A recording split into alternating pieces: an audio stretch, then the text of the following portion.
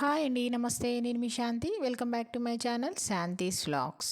ఈరోజు మన వీడియోలో చిక్కుడుకాయ టమాటా కర్రీని చాలా సింపుల్గా ఈజీగా ఎలా చేయాలో చూపించబోతున్నాను. ఈ చిక్కుడుకాయ టమాటా కర్రీని నేను చేసే ప్రాసెస్లో ఒకసారి మీరు కూడా తప్పకుండా ట్రై చేయండి. చాలా రుచిగా ఉంటుంది, చాలా ఈజీగా కూడా చేసేసుకోవచ్చు. మరి ఇంకెందుకంటే ఆలస్యం లేట్ చేయకుండా వీడియోలోకి వెళ్ళిపోదామా? వీడియోలోకి వెళ్లే ముందుగా నా ఛానల్ని సబ్స్క్రైబ్ చేయని వాళ్ళు ఉంటే సబ్స్క్రైబ్ చేయడం మాత్రం మర్చిపోకండి. చిక్కుడుకాయ టమాటా కర్రీ కోసం స్టవ్ ఆన్ చేసుకొని ప్యాన్ పెట్టుకొని ప్యాన్లో 2 టేబుల్ స్పూన్ల ఆయిల్ వేసుకోవాలి.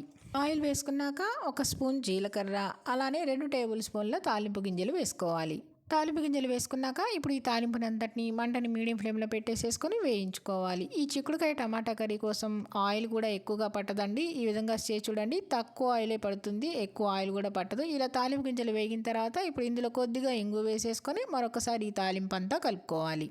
తాలింపు అంతా ఇలా బాగా వేగిన తర్వాత ఇప్పుడు ఇందులో ఒక పెద్ద సైజు ఉల్లిపాయని ఇలా చిన్న చిన్న ముక్కలుగా కట్ చేసుకొని తీసుకోవాలి. అలానే 2 పచ్చిమిర్చిని, కొద్దిగా కరివేపాకుని తీసుకొని ఈ మూడింటిని ఈ తాలింపులో వేసుకొని ఈ ఉల్లిపాయ, పచ్చిమిర్చి, కరివేపాకు ఇవన్నీ బాగా వేగేంత వరకు, దగ్గరగా అయ్యేంత వరకు వేయించుకుంటూ ఉండాలి. చూడండి, ఉల్లిపాయ ముక్కలు బాగా వేగి దగ్గరగా అయినాయి కదా, ఈ విధంగా వేగితే సరిపోతుంది. ఇలా వేగిన తర్వాత ఇప్పుడు ఇందులో 1 స్పూన్ అల్లం వెల్లుల్లి పేస్ట్ వేసుకోవాలి. అల్లం వెల్లుల్లి పేస్ట్ వేసేసుకొని ఈ అల్లం వెల్లుల్లి పేస్ట్ని పచ్చివాసన పోయేంత వరకు వేయించుకోవాలి.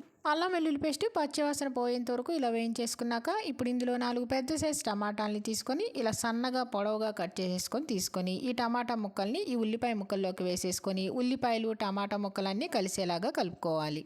ఈ టమాటా ముక్కలన్నీ ఇలా కలుపుకున్నాక ఇప్పుడు ఇందులో 1/2 టీ స్పూన్ ఉప్పు వేసుకోవాలి. ఉప్పు వేసుకోవటం వల్ల మనకి టమాటాలని తొందరగా ఉడికిపోయి దగ్గరగా అయిపోతాయండి. ఇలా ఉప్పు వేసేసుకున్నాక టమాటా ముక్కల్లో ఉప్పు అంతా కలిసేలా కలిపేసేసుకొని ఇప్పుడు దీని మీద మూత పెట్టేసి 1 నిమిషం ఉడికించుకోవాలి. 1 నిమిషం తర్వాత టమాటా ముక్కల మీద మూత తీసి టమాటా ముక్కలని కలుపుకోవాలి. చూడండి, టమాటా ముక్కలు కూడా బాగా ఉడికిపోయి ఆయిల్ అంతా సపరేట్ అయింది కదా. ఈ విధంగా చేస్తే మనకి ఆయిల్ కూడా ఎక్కువగా పట్టదండి.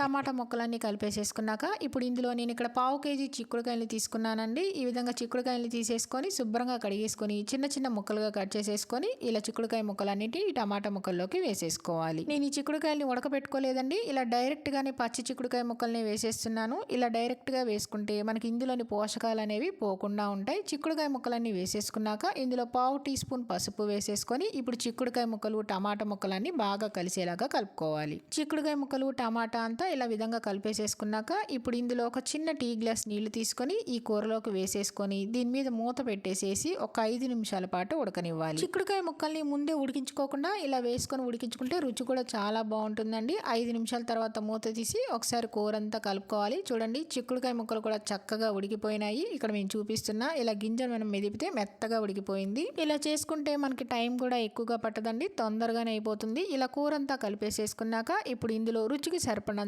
ఉప్పు వేసుకోవాలి.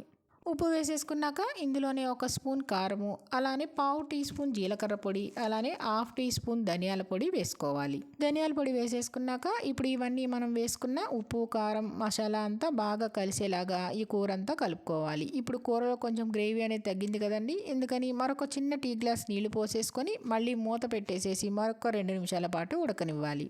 2 నిమిషాల తర్వాత మూత తీసుకొని కూరంతా మరొకసారి కలుపుకోవాలి. మనకి కూరంతా కరెక్ట్గా ఉడికిపోయి అంత దగ్గరగా అయిందండి. ఈ విధంగా కలిపేసేసుకున్నాక ఇప్పుడు ఇందులో సన్నగా కట్ చేసిన కొద్దిగా కొత్తిమీరను వేసుకోవాలి.